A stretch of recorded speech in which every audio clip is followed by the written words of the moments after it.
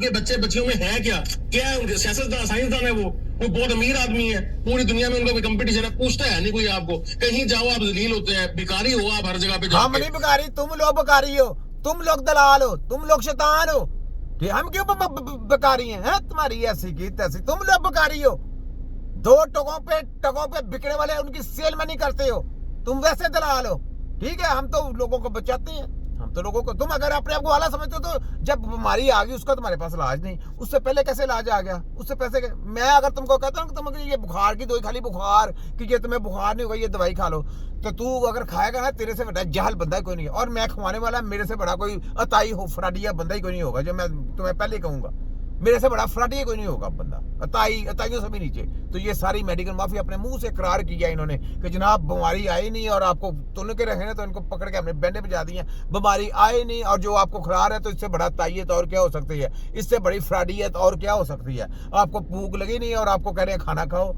आपके जब हॉस्पिटल में जाते हैं, आपकी मोटरसाइकिल का टोकन लगता है, आपका मोटरसाइकिल का जो खड़ा करना है ना आपने, तो उसके पैसे लिए जाते हैं। आपकी कार का टोकन लिया जाता है, वहाँ पे आपकी पार्किंग के पैसे लिए जाते हैं। और आपने कुछ चीज़ें वहाँ से लेनी है, कुछ जूस वगैरह सारा कुछ, तो उसके पैसे लिए जाते हैं। अब मुझे ये बताएं, आपकी हेल्थ फ्री है, ये कौन सा ड्रामा है? आपको शुरू दी गई आपकी हेल्थ फ्री है, हेल्थ फ्री, उसमें आपको वायरस दिए जाते हैं, आपको तिया पंचा किया जाता है, आपके ऊपर तजर्बे किए जाते हैं, आपको जो डिग्री दी जाती है वो मुर्दों की दी जाती है। और अगर आप मुर्दों की डिग्री लेके तो मुर्दे का इलाज करना है, आपके ऊपर तो कत्ल के केस बनते हैं, कत्लों के केस बनते हैं। आपको तो जिंदा बंदे को टच भी नहीं करना चाहिए। तुम्हारे ऊपर ये कानून लागू होता है। हमको आने तो जरा तुम्हारे ऊपर, देखो मैं कैसे कैसे कानून लागू करता हूँ, तुम्हारे सबकी ऐसी की तैसी फेर दूंगा झंडों के। तो जनाब ये मौलवी, मुझे एक बात ये बता, तुझे मैं कह रहा हूँ कि तुझे एड्स, ये दवाई खा ले, तुझे एड्स नहीं आएगी। ये दवाई खा ले, तू खाएगा ना, तेरे से बड़ा जाहली कोई नहीं है, तेरे से बड़ा जाहली कोई नहीं है। क्यों? क्योंकि एड्स तो देने वाले यही माफिया है। तो और जब एड्स आ जाएगी उसका तुम्हारे इनके पास इलाज नहीं है। जब कोई बीमारी आ जाती है उस वक्त इनके पास इलाज नहीं है। और उससे पहले जो है ना, वो कहते हैं कि जनाब हम वो कैसे कर सकते हैं? उससे पहले कोई इलाज हो सकता है? बीमारी आई नहीं, उससे पहले आप इलाज कर सकते हैं? कैसे कर सकते हैं? उससे बड़ी बेवकूफ़ी नहीं, उससे बड़ी जाहलियत ही नहीं जो बंदा मानता है। ठीक है, तो ये छोटा हकीम है, लाके समझ क्या लाके, हम नहीं बगारी, तुम बगारी हो। क्या आप सोचते हैं, क्या आपका माइंड है जो आपको लगता है कि पूरी दुनिया आपको मार रही है? क्या चीज है आपके अंदर? पूरी एक लॉन्ग डिटेल वीडियो बना रहा हूँ डॉक्टर मुस्तफा यूट्यूब चैनल पे कि एचपीवी वैक्सीन क्यों लगानी है और इसके क्या फायदे हैं। कोई फायदा नहीं, फराडिया कोई फायदा नहीं। अपने बच्चों को रखा जाकर, तेरी ऐसी की तैसी छोटा की लागी समझ पूरी इस दिन बनाई है पूरी। तो मेरी वीडियो 50 तक 50 को इसके होस्ट लगाने हैं जरा।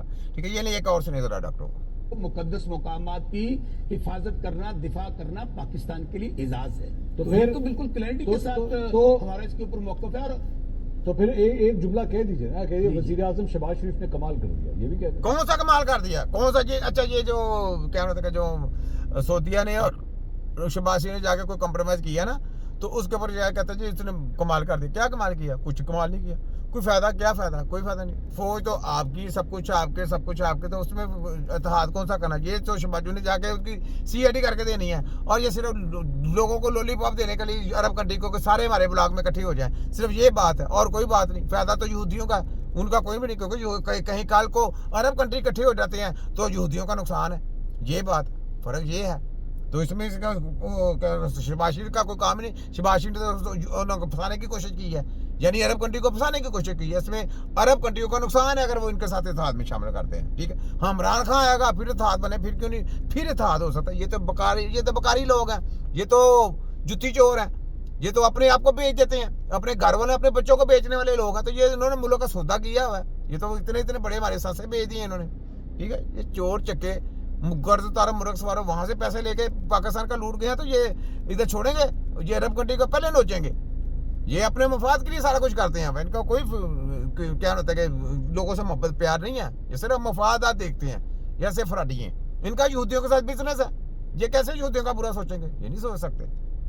मैं फिर कह रहा हूँ कि वज़ीर आज़म ना कहें उस बेचारे को, हाँ, उस बेचारे को अर्दली वज़ीर आज़म कहें। वो वज़ीर आज़म वोटों से होता है। हाँ। वज़ीर ये आज़म वोटों से, जो वोट चोरी करके आएगा वो वज़ीर आज़म नहीं होता, वो दलाल और दल्ला इंसान होता है। जो पाकिस्तानी वाम के वोट से जो बंदा आएगा ना ऊपर, उसको कहते हैं वज़ीर आज़म। वो होता है वज़ीर आज़म जो वाम के लिए सोचता है, जो वाम के ऊपर टैक्स नहीं लगाता, जो वाम को सहूलियत पैदा करता है, वाम के लिए सहूलियत देता है।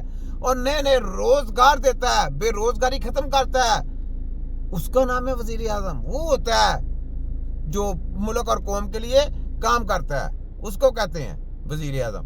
ये ऐसे ये मंसूर जो है ना, ये लिफाफा साफी है जनाब, उनका एजेंट है पूरा। सुने जरा। आवाम से होता है। मैं चैलेंज प्यार वाली सब नहीं, चैलेंज है। हाँ। नहीं गाली देगा, नहीं गाली देगा, इख्तियार साहब, चैलेंज देता हूँ।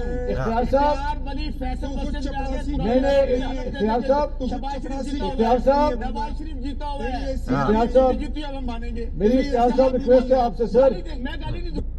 हाँ, नहीं, देखा? ले जी सुन लिया नहीं, आपने। सरेआम उसने चैलेंज करके कहा ये सर फ्रॉडिये लोग हैं। तो ये बात है, इनको हम भी साथ साथ जवाब देते हैं, ऐसी कोई बात नहीं। इनका तैया पाचा करने के लिए छोटा कीमचू है, ठीक है। ये ले यहाँ पे जनरल मीत कुल साहब की बात सुने जरा। जनरल मीत कुल साहब, हमें अमेरिका ने हम